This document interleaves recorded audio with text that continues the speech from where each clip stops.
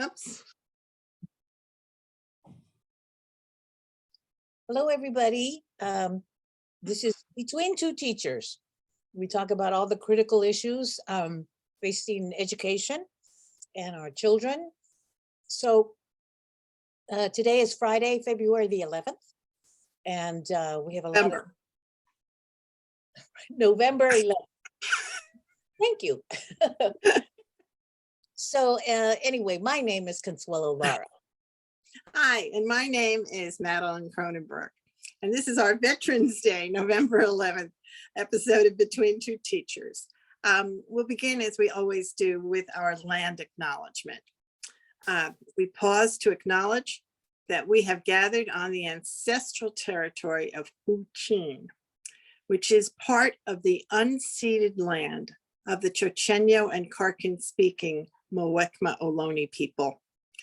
We remember their continued connection to this region and give thanks to them for allowing us to work, learn, and pray on their land. And we offer our respect to their elders and Ohlone people of the past and present. And we ask you to join us in working for justice for the Muwekma people to be able to become part of the federal registry of tribes and get the benefits that they have lost because they're not on that registry right now.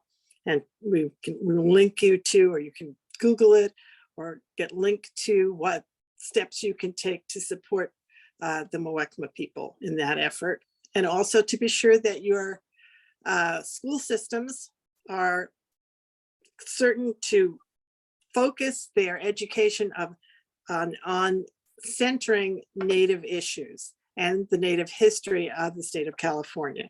And there is curriculum for that. You can find it on the East Bay Regional Parks District website, where they've got a 4th grade curriculum that has been drafted with the Muwekma Ohlone community. And so we will go on from there to talk about what's been happening. But before that, I do want to remind you to like, share, and subscribe to our channel. So we would really appreciate getting our numbers up.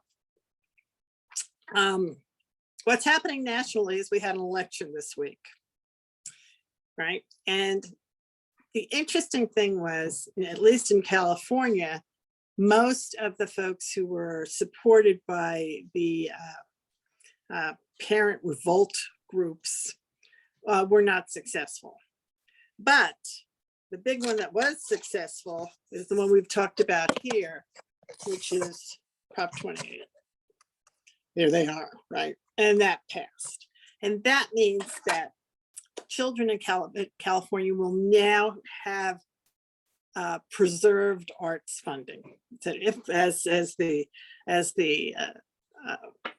fiscal issues of the bankrolls of the California government go up and down, we won't be constantly firing our arts teachers. We will actually have a funding stream for them. And that is a big gift to the children of California. So that I wanted to start today with shout outs. And that first shout out is to the California voters for doing that, for including everybody's, including arts in what we're voting for. And I also wanted to give a shout out to voters around the country who did interesting issues for education. And one of the ones that I wanted to include was, we've talked about this before, but it's been expanded in Hawaii. In Hawaii, they have a very strong youth council, a statewide youth council, but they also have then a youth council on each island, because Hawaii is all different islands, right? And so they hadn't had one on the Big Island, and now they do. They passed a law requiring it. And I think in the end, what has to happen for these councils to continue and to be functional is they actually have to have some sort of legislation behind them. Because otherwise what you see is cities and I know school districts will adopt something, and when there are changes at the top and people come and go, the impetus to do that isn't there because it's not a requirement. It was just somebody's great idea. It was somebody's pet project or somebody's great idea, And when they leave, so does that project. Yeah, that's true. That's right? And that can't happen if it's in the law, right? So that's like in San Francisco, it's in the law. They have a very strong and funded. So if it's in the law, that means somebody has to put a line item in the budget and somebody is paid to make it happen, Yes, yes. right? As opposed to, oh, well, we think of Joe, isn't it a great idea? We'll just have the superintendent add it to the list of things that she or he is gonna do. Yeah. And I know that some in the district, they kind of went by the wayside because of the pandemic. And so they need to establish those, bring them back. So, but you're right, if it's not a mandated thing, it can just. It's not funded. The key thing is that if it's not mandated, it's not, in order to be really mandated, it has to be funded. And once it's a line item and once people vote on it and see the value of it, that's when it exists. Yeah, and it's so important for us to have these youth commissions. It really is, because otherwise what you see is how easy it is for elected boards and councils to be dismissive of the youthful voice. Yeah, and the youthful voice made a difference in this election. Made a huge difference in this election. Made a huge difference. And the thing is, our young people want to participate. Yeah. So we need to just really call it out and just make sure that there is a structure to do it. Just like we needed to, what we learned about the arts is that in the end, the arts will be let go. And if when given the choice, unless there is a funding stream for it, when times get tough, it will get let go. And the youth councils are the same thing. Yeah, absolutely. Because they take time, they take work, they require people to develop relationships with young people. Yeah. And serious relationships. So anyway, in Hawaii, they passed it. So now they have it, I believe, on all their islands. Certainly a really active one on Oahu, and now they'll have an active one on, I think they have Maui and now on the Big Island. We're gonna do our part to, push this along in our area. Yeah, in Contra Costa County, because there are other counties in the state that are far ahead of us on this. And it's because, and they have funded it. As I point out, San Francisco, there's no question. San Francisco has a department and it is funded. And they have their meetings, and that means that, they go out and they have a process that continues on. This is the thing, if somebody else leaves, somebody changes their job, the job is still there, somebody gets hired for it, and that new person comes in and recruits students to be on the youth council. Yeah. And I think at the county office, we're gonna finally have a student trustee finally. So they haven't had that in the past. So are you gonna have one or two? Oh, that's a good question. One is not a good number for this. Not a good number. One isn't a lonely number. Okay, 2 sounds good. That's what. Two is a happier number. Yeah. 2 is Very a good. happier. That's a good idea. And in some districts, Hayward has 4.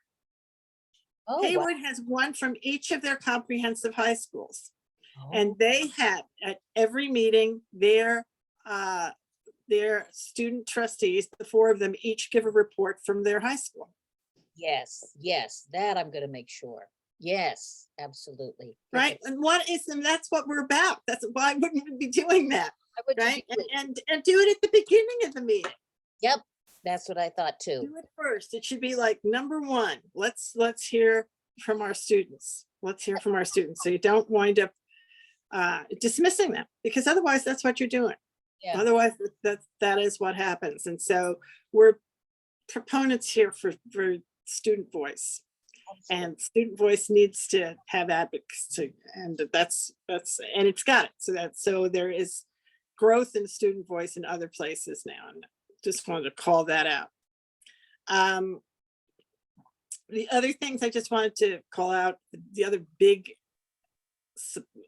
issues that or done. Well, there is housing. You're going to talk about housing. Why don't you talk a little bit about housing? I wanted to do a call out, a shout out to the voters of San Diego. Because the voters of San Diego passed Measure U.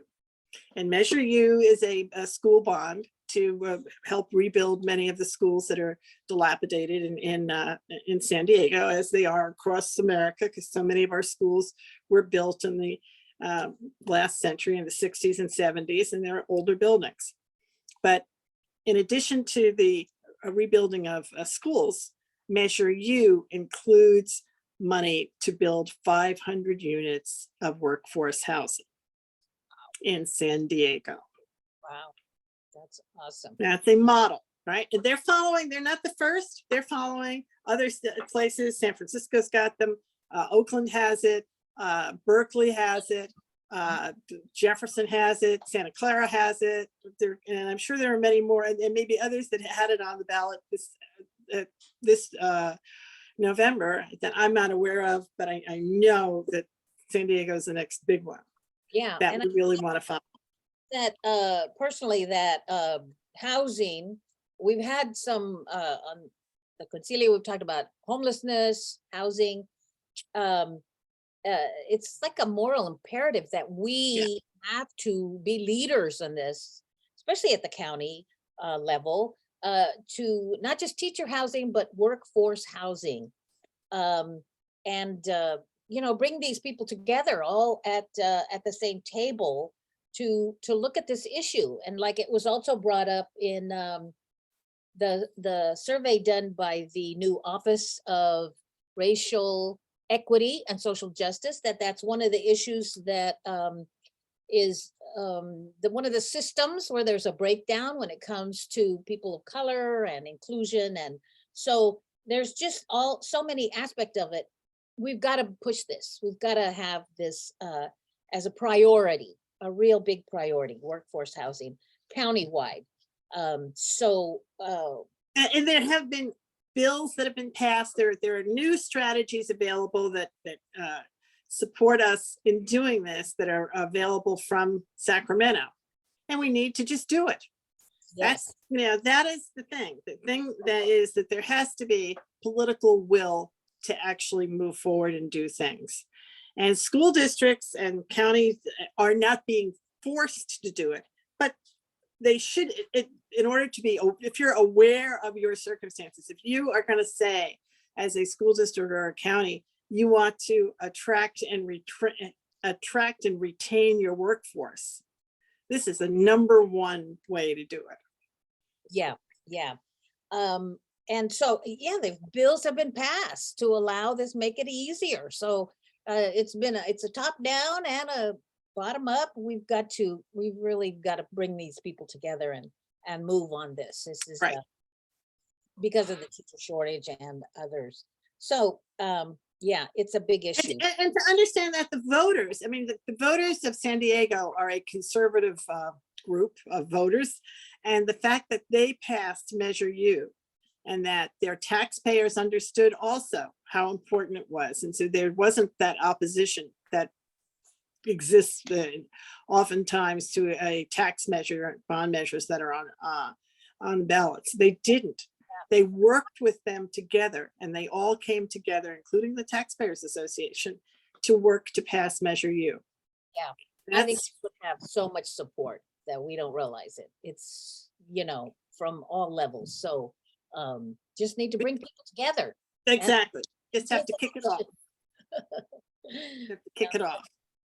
Right? Just like the Youth Commission, we have to kick it off. We have to get people to get started to do it. And those are both two really important things that areas of improvement in Contra Costa County right now that we need. We need to elevate our student voice, and we need to address housing, and both of them can happen. Yes, they can happen. Very doable. Yeah, they're very doable. So I think that's it for me. With a shout out to our voters, to voters across the country. We're still counting votes right now to see what's going to happen in Washington. And we'll see. And one last thing is about the community schools. Oh, yes. This is a call to action. Community schools, you know, the unions, the teachers are very involved in it, and it's, I mean, I came to West Contra Costa and I started teaching at Helms Middle School, where they had a strong community school relationship with the city. And I did not want to leave there because of all the extra support you get at a community school. It was, I never taught anywhere like it. And I just love that experience. And So, Rich, and what that means is that community schools are schools that support the students and their families. That is really the issue. That's what's the difference between a school that's not a community school is a school that doesn't have additional family resources within the network of the school. Right. And in affluent communities, you don't need to have those additional resources because you have them at home. That's what it comes down to. yeah, let me tell you, so when it was at the old school, that old 50s school, and then they were starting to build a new school. And so they let us teachers participate in the ideas of what we wanted it to look like and what there should be in it. So this was such a community school environment that when it came to building the new school, there was had to be a whole wing of offices for social workers, for community organizers, for caseworkers. There was a Parent kitchen, meeting, there right? was a There was parent a meeting whole, group. A whole wing yeah, of that school made it the community school it is. Even the resource officer and everybody had a place where they could work with students. And whenever I saw a student that needed something beyond what the classroom could provide, I had someone I could go to and say, this child's having problems with this or that. And so they had resources and they had right. staff. So even the physical plant showed how much it was a community school. So that's Right. to me what needs to be done. And apparently the administration, West Contra Costa, is saying that they are not going to take advantage of this great opportunity. And it's very frustrating and concerning. So we all in the community need to speak up, speak out, go to the board meetings, send our emails that Right. this is not okay. This is Right. not okay. We need to serve our communities and the resources are there. And yeah, it is Yeah. very, And the grant money has been secured for this purpose, yes, yes, right? And so you don't want to divert it to some other purpose or to not take advantage of it. yes. Either of those two things are wrong. So what you have to do is use it for the purpose that it was secured for, and which is which will raise all of us up. That's the whole idea of community schools. We really need to do everything we can to support the community schools in all communities, but particularly right now when there's this issue in West Contra Costa around them. Yeah. So we'll report on how this goes next week, and please let us know if you want any more information, and we'll also I'll share it out on our Facebook and YouTube channels where you would go to get this letter if you haven't received it yourself. Yes. So until next week, we'll see you Between Two Teachers.